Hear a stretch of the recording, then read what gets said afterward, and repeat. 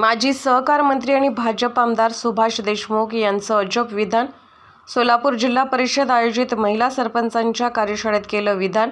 सुभाष देशमुख यांनी शिर्डी साईबाबा आणि पंढरपूर पांडुरंग, अक्कलकोट स्वामी समर्थ आणि सोलापूर सिद्धरामेश्वर यांची केली तुलना. साईबाबांच्या अगोदर पांडुरंग आहेत की साईबाबा अगोदरचे आहेत? सिद्धरामेश्वर अगोदरचे आहेत की साईबाबा अगोदरचे आहेत?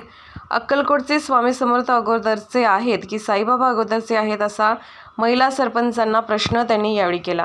शिर्डीत एखादी नगरपालिका सुद्धा नसताना 100 वर्षापूर्वी साईंचं वास्तव्य तिथं लाभलं. आज शिर्डी कुठं गेला आहे? आपल्याला देवदेवतांचा भरपूर आशीर्वाद असताना आपण मागे पडलो, याचा आपणाला राग आला पाहिजे. दरम्यान शिर्डी कोणाचा सासर आहे का, असाही प्रश्न त्यांनी महिला सरपंचांना विचारला. आणि तिकडचं आपल्या गरिबाकडे कोण येणार? आता ते लय मोठं झालं आहे, आपल्या गरिबांकडे कोण येणार, असंही ते यावेळी म्हणाले. राज्य शासन पर्यटनाच्या दृष्टीने राबवत असलेल्या धोरणाच्या निमित्ताने आपला जिल्हा पर्यटन जिल्हा व्हावा, या अनुषंगाने केलं आहे विधान. घेतलाच पाहिजे. मला असं वाटतं राज्य सरकारच्या ज्या महिला आता नुकतंच पर्यटनावरचं एक धोरण काढलं. माझं ज्या ठिकाणी तीर्थक्षेत्र आहे, जे धार्मिक स्थळं ज्या ठिकाणी आहे, त्या ठिकाणी ऐतिहासिक स्थळ आहे ठिकाणी आपला जिल्हा पर्यटन जिल्हा व्हावा, महाराष्ट्रामध्ये पर्यटन जिल्हा व्हावा. पर्यटक आणि आपल्याकडे जास्तीत जास्त यावे. सुदैवाने आपल्याला देण चांगली आहे.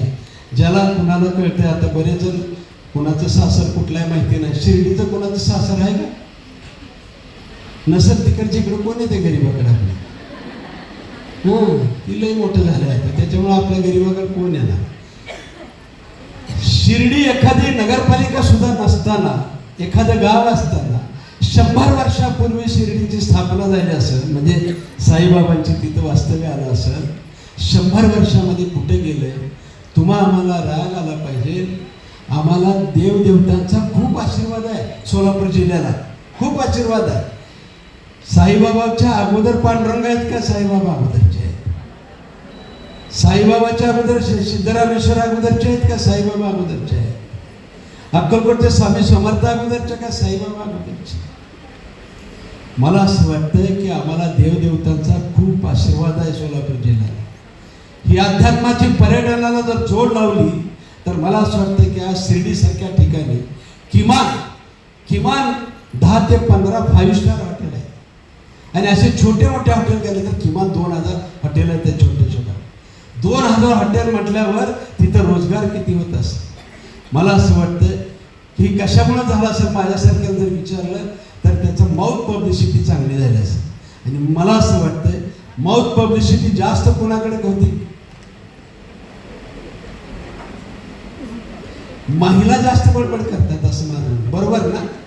आता माझी आपल्याला सगळ्यांना विनंती आहे, आपल्या माहेरच्याला सगळ्याला इकडे बोलवा, सातत्यानं बोलवा.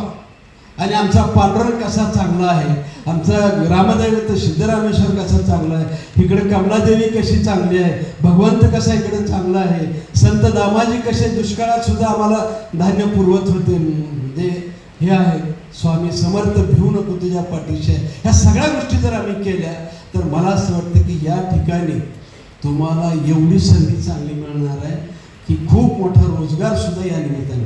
आणि म्हणून अध्यात्म धार्मिक पर्यटन जर आम्ही केलं तर मला असं वाटतं की ह्या गोष्टी होऊ शकतात. मी ज्या मतदारसंघातून येतोय, कुडल संगम म्हणून गाव आहे, अनेक वर्षापासून तिथं कधी रस्ता सुद्धा नीट नव्हता.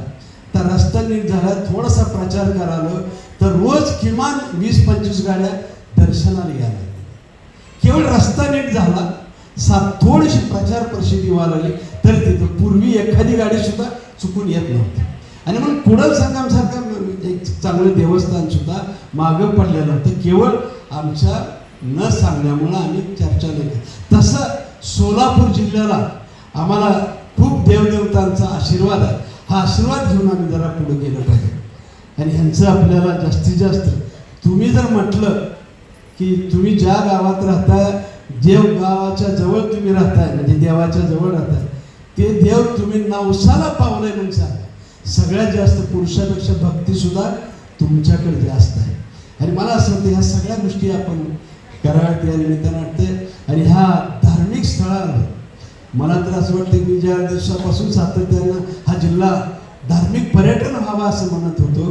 उगाच वाटतं मला देव पावला असं वाटतं. सोलापूर जिल्ह्याची देव पावली असं वाटतं. कशामुळे पावले असं म्हणतोय? राज्य सरकारने केवळ महिलांच्यासाठी पर्यटनावरची योजना तयार केली. म्हणजे जिथं जिथं धार्मिक स्थळ आहेत तिथं जर तुम्ही छोटी घरं बांधली आणि भाड्याने दिली तर 15 लाखापर्यंतच्या घराला राज्य सरकार त्याचं व्याज देते. तुम्हाला पॉम्पलेटी द्यायला लावलं होतं. मला असं वाटतं की ही तुम्हाला गाडी घ्यायची आहे टुरिस्टसाठी ते सुद्धा तुम्हाला 15 लाखापर्यंतचं व्याज सरकार महिलांच्यासाठी आहे फक्त. कारण माननीय मोदी साहेबांच्या लक्षात आलं असेल की महिलाच ह्या गोष्टी चांगल्या करू शकतात. महिलाच चांगल्या गोष्टी या देशाची प्रगती महिलाच करू शकतात. आणि म्हणून विशेष करून महिलांसाठी काय केलं. तुम्हाला एखादा हॉटेल तुमच्या तिथं आजूबाजूला काढायचं असेल ते सुद्धा मला असं वाटतं ह्याच्यामध्ये येतात. आणि अशा एक ना अनेक योजना असतात. ह्या योजना सुद्धा आम्ही तिथपर्यंत पोहोचवण्याचं काम आमच्या सरपंचाच्या माध्यमातून व्हावं अशी नम्रपणाने खूप बोलावं असं वाटतं. पण खरं म्हणजे तुम्ही आलात प्रशिक्षण घ्या. म्हणजे तांत्रिकदृष्ट्या आम्ही काय करावं काय बघावं